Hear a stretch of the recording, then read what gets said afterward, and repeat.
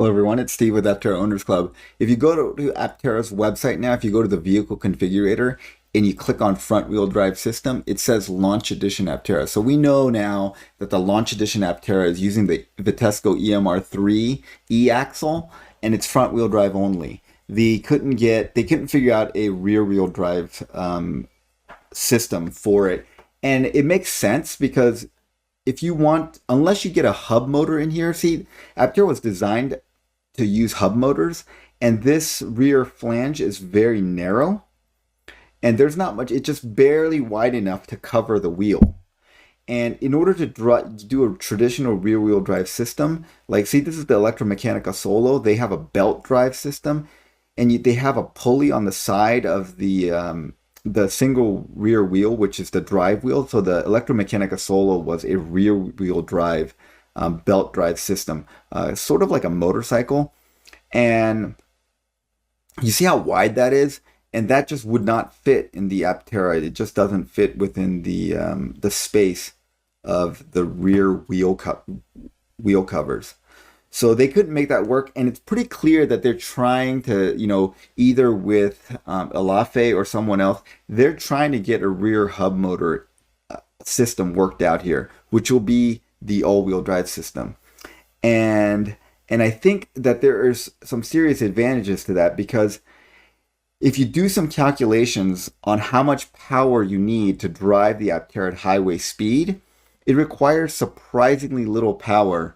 And if you got a highly efficient, low power hub motor in the back, you could theoretically turn off the front wheels and disengage the drivetrain from the front wheels and have a single high efficiency, low power hub motor drive it on the highway. It would make for very, very efficient highway cruising. So I found this vehicle physics online calculator here.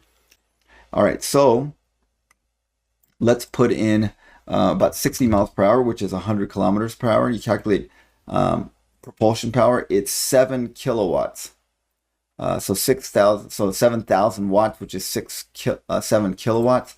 So if you put in 7 kilowatts here, that's only 9 horsepower. So you only need 9 horsepower to go about 60 miles per hour on a flat road with no headwind. So that you can see that's extremely, extremely low power. It'd be very easy to find a 10 horsepower hub motor. That would be very, very easy to do. Like, there's probably, motorcycle hub motors that do that, or scooter hub motors that do that.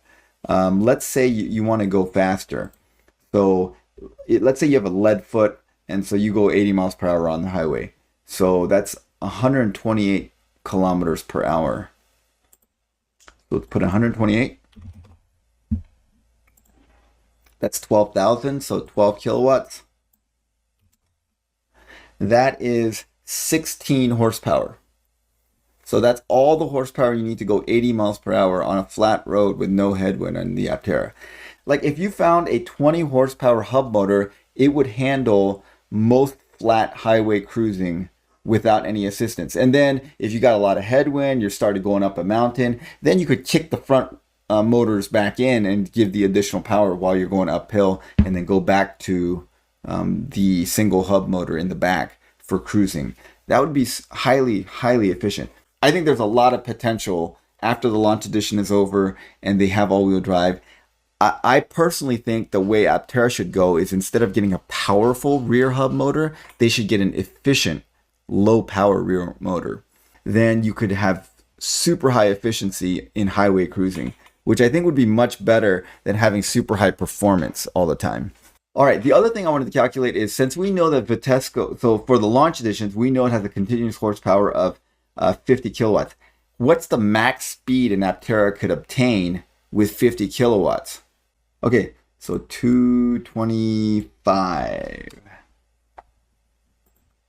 Okay, so 223 kilometers. That's 138 miles per hour. Now that's probably a little bit ambitious. Theoretically, with these constraints of flat road, no headwind, continuous 50 kilowatt with Aptera's weight of 1,000 kilograms, you could theoretically hit 130 miles per hour. That shows you that although 67 horsepower seems low, it's quite a bit of horsepower if you have a very, very slippery car. once you change like road gradients, like the maximum road gradient in the U.S. interstate system is about 6% in mountainous areas.